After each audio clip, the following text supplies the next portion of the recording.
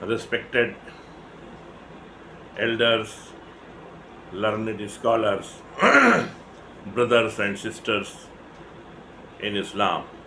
Assalamu alaikum wa rahmatullahi wa barakatuh. Today, I will not merely recount history, but I will try to revive its meaning to remind ourselves of truth uttered by the most eloquent of men after Holy Prophet, Hazrat Imam Ali ibn Abi Talib alayhi salam. He said, "The beginning of the world is grief and its end is destruction." At first, this may sound like a dark view of life, but in truth, it is a divine wake-up call. Imam Ali alayhi salam, whose words were soaked in divine wisdom, was reminding us that this world is temporary, fragile, and full of test. It is not our final home, it is our trial ground. And when we reflect upon these words through the lens of Karbala, we begin to see the deeper meaning and reality of these words. This world from grief to destruction. A child is born not laughing but crying. Grief marks the very start of our journey. Throughout history, humanity has wrestled with grief, the grief of injustice, the grief of betrayal, the grief of truth being silenced, the grief of truth being silenced and evil being crowned. And what is the end? Even the greatest empires fall.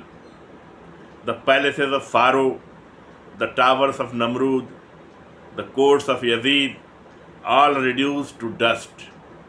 The Quran reminds us repeatedly, what they built crumbled and what they loved perished. So what we do learn that the world, when stripped of divine guidance, becomes a cycle of sorrow, beginning in grief and ending in ruins. And Karbala, the searing wound in the heart of Islam, stands as the most vivid embodiment of this reality. Karbala is a mirror to Ummah of Islam. Karbala is not just a battlefield, it's a mirror held up to every generation, to every society, and to every soul. It shows us what happens when power is placed above the principles, when silence prevails over the truth, and when the religion is hijacked by the politics.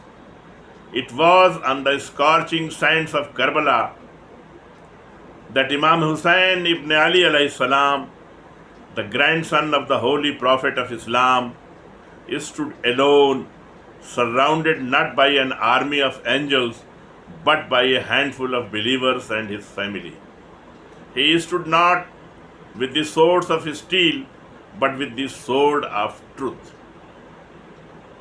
And to those who questioned this stand, he made his mission crystal clear by saying, "I am not rising for power or pride, nor to cause corruption or injustice. I have risen only to reform the nation of my grandfather." These were not empty words. This was the heartbeat of Imam Husain's revolution. Why did Imam Husain rise? Let us ask ourselves, why did he rise? Was it for crown? No. Was it for revenge? No. Was it to divide the Ummah? Absolutely not. He rose because Yazid, a man who openly violated the sacred laws of Islam, had been imposed as a ruler and leader of Islam. A man who drank, who mocked the Sunnah, and who oppressed the Prophet of truth. To remain silent before such a man would be a betray to the mission of the Holy Prophet. Imam Husain rose because his silence would be Yazid's legitimacy, and his death would be Imam Husain's and Islam's survival. Imam Husain rose because his silence would be Yazid's legitimacy. What is the essence of Karbala in Islam? Let us understand clearly. Karbala was not a political conflict. Karbala was the soul of Islam rising against its distortion. Repeat. Soul of Islam rising against its distortion. And through this stand, Imam Husain alayhi salam gave us the clearest, most radiant example of what it truly means to be a Muslim. Submission to Allah. Imam Husain submitted to Allah, not to tyrants. Even as swords circled him, he declared, if the religion of Muhammad cannot survive except with death, then O swords, come and take me. Justice. The Quran commands, stand firmly for justice, even if it be against yourself, your parents, or your kins. Imam Husain stood firm even when the price was his son, his brothers, his own life. With these words, I am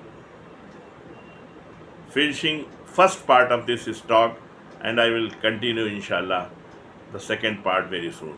Thank you. Salamun alaikum.